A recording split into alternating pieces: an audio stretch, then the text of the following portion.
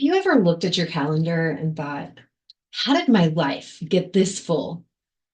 Like you're booked solid, helping, handling, and smoothing things over, and somehow none of it feels like your life anymore.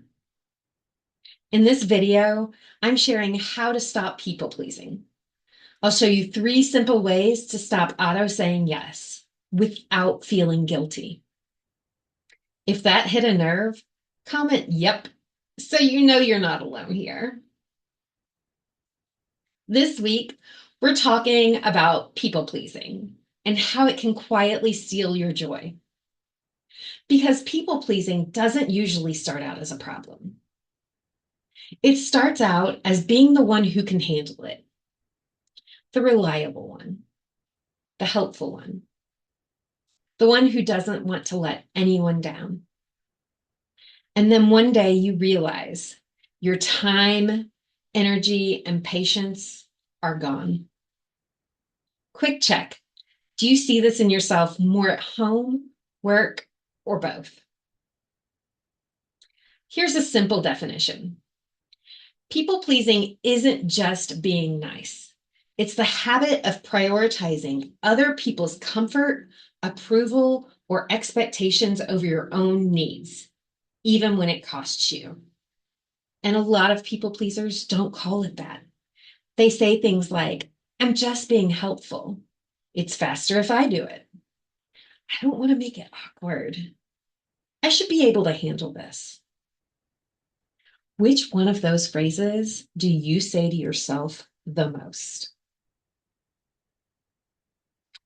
Even if you don't label it as people pleasing, the cost shows up in real ways. At work, you say yes too fast. You take on extra. You over explain. And you're still thinking about work after hours because you're trying to stay ahead. And then at home, home becomes the catch up zone.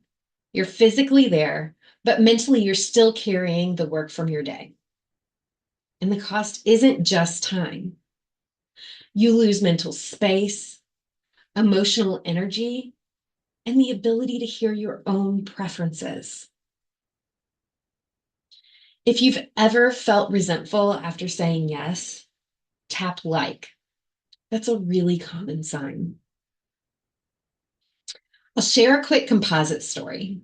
This is not a real client, but it's a very real pattern. Rachel was respected at work. She was the dependable one.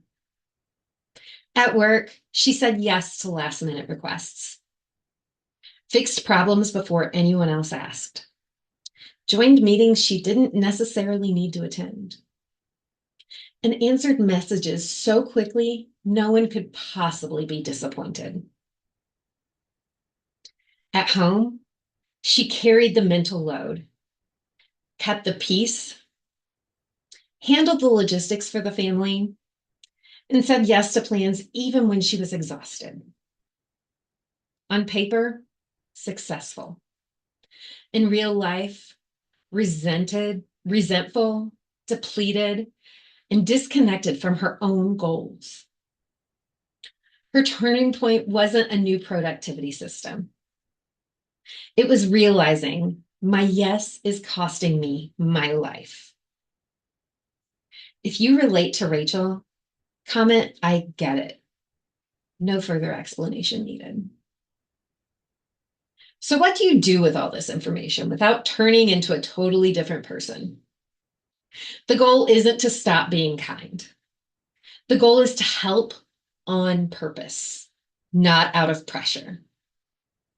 Most people pleasers don't need more confidence. They need a pause. Here are 3 quick practices you can start today. Use the pause phrase before you answer to buy yourself some time. Try, let me check my calendar and I'll get back to you. Or I need to think about it. What realistically I can take on. Or can I respond to you by the end of day? This interrupts your automatic yes. Second, you can practice a clean no.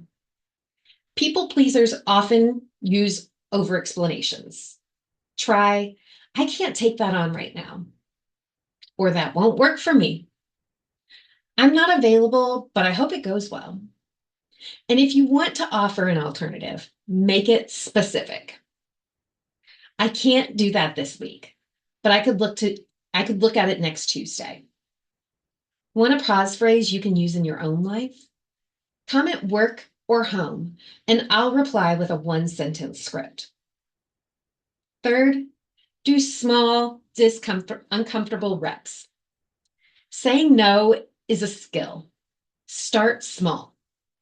Decline one optional meeting. Delay one response. Ask for help with one task at home. Confidence grows through repetition, not perfection.